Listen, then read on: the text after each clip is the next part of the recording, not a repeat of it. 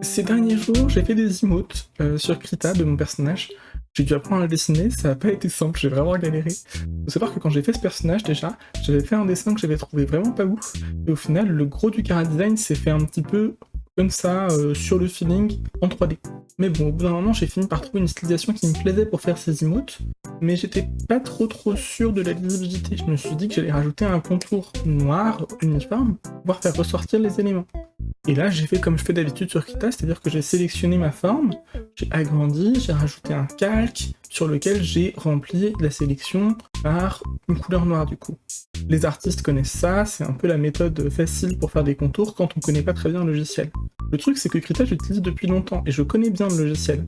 Mais quand je vais dans les styles de calque, qui est l'endroit habituellement où on peut faire des contours proprement dans les logiciels d'infographie, je vois que la partie contour est liée au biseautage et du coup je me dis bon, bah c'est toujours pas implémenté, ça arrivera sûrement un jour.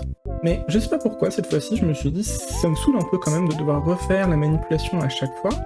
On va essayer de voir s'il y a moyen de le faire de façon plus propre et dynamique. Du coup, je cherche un peu sur internet, et là, je me rends compte que ça existait déjà il y a quelques années. Je trouve ça étrange. Et du coup, je commence à regarder un petit peu tout ce qu'il y a dans les styles de calque un par un, et je me rends compte qu'en fait, sur Krita, pour une raison que j'ignore, dans la version française en tout cas, l'endroit pour faire des contours dans les styles de calque, ça s'appelle appui. Appui.